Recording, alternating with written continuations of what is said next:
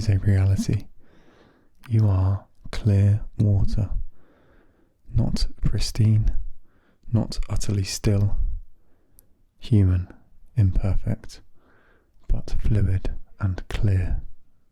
If you are investing your time right now in any activity, including inactivity, which fosters or enhances inner peace and fulfillment, you are being healthily productive, and that is a beautiful and positive thing. In this video, I'm reading some poetry from a book called The Making of a Poem. Some of these poems are extremely cryptic, most of them, in fact. And to be honest, I'm not a fan of a lot of these poems, but I'm learning a lot about the formation of poetry. I hope that you enjoy them, or possibly that the mystery and possible tedium of these poems send you to sleep, or maybe even they'll help you to concentrate. Like white noise, I'll be experimenting with a mixture of whispering and soft speaking. I'm currently reading the chapter on sonnets. I quite like the structure of the sonnets because when writing a sonnet, one sets up some sort of topic or discussion or question, problem,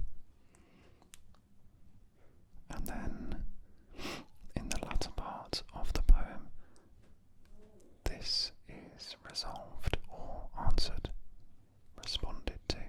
We were not made eternally to weep.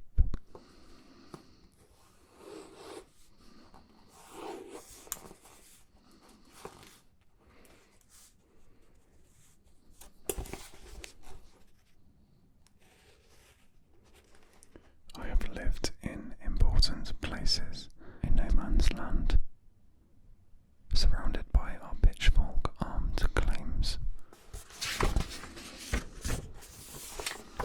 till Homer's ghost came whispering to my mind, if sometimes in its box of sky lavender, under the window where I often found her, seismic with laughter.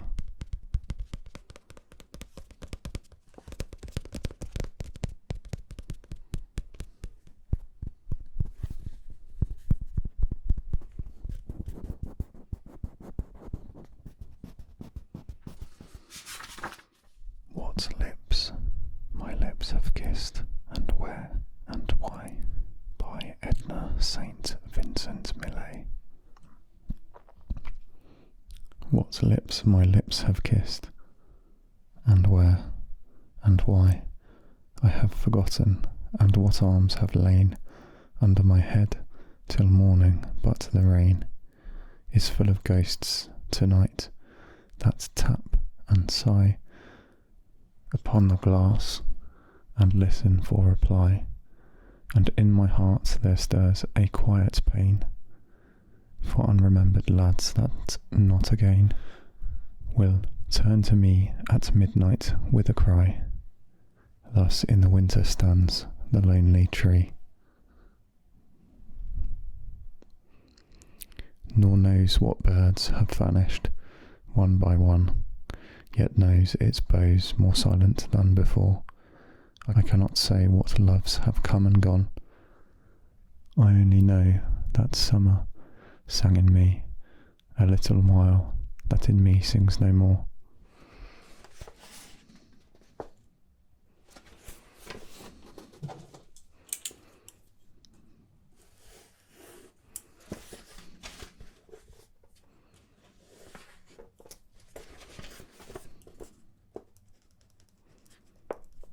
From the Dark Tower by County Cullen.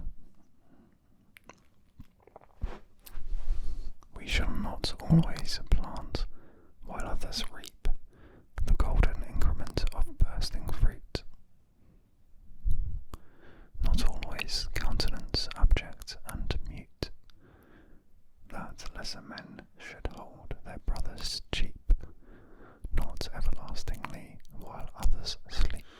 Shall we beguile their limbs with mellow flute, not always bend to some more subtle brute? We were not made eternally to weep. The night whose sable breast relieves the stark, white stars no less lovely being dark. And there are buds that cannot bloom at all in light, but crumble piteous and fall. So in the dark we hide the heart that bleeds, and wait and tend our agonizing seeds.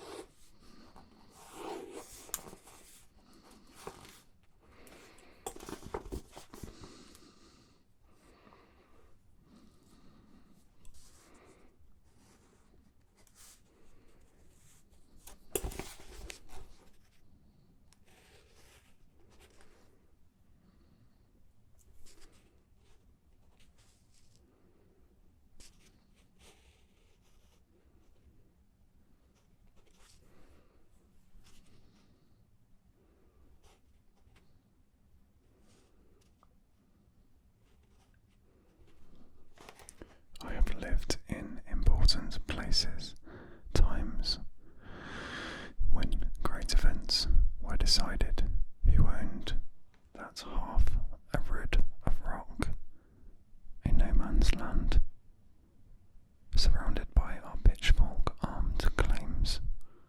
I heard the Duffies shouting, "Damn your soul," and old McCabe, stripped to the waist, seen, stepped the plot defying blue-car steel.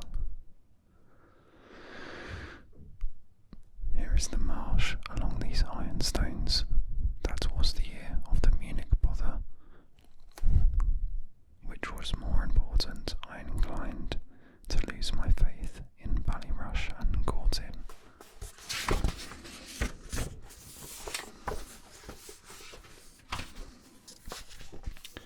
Till Homer's ghost came whispering to my mind. He said, I made the Iliad from such a local rouse. Gods make their own importance. E. Cummings from tulips and chimneys. The Cambridge ladies who live in furnished souls are unbeautiful and have comfortable minds. Also with the church's Protestant blessings daughters, unscented, shapeless, spirited. They believe in Christ and Longfellow, both dead, are invariably interested in so many things. At the present writing, one still finds delighted fingers knitting for the is-it poles. Perhaps, while permanent faces coyly bandy, scandal of Mrs. N and Professor D. The Cambridge ladies do not care, above Cambridge, if sometimes in its box of sky lavender and cornerless the moon rattles like a fragment of angry candy. To My Mother by George Barker. Most near, most dear, most loved and most far, under the window where I often found her, sitting as huge as Asia, seismic with laughter, gin and chicken helpless in her Irish hand, irresistible as Rabelais, but most tender for the lame dogs and hurt birds that surround her. She is a procession no one can follow after, but be like a little dog following a brass band.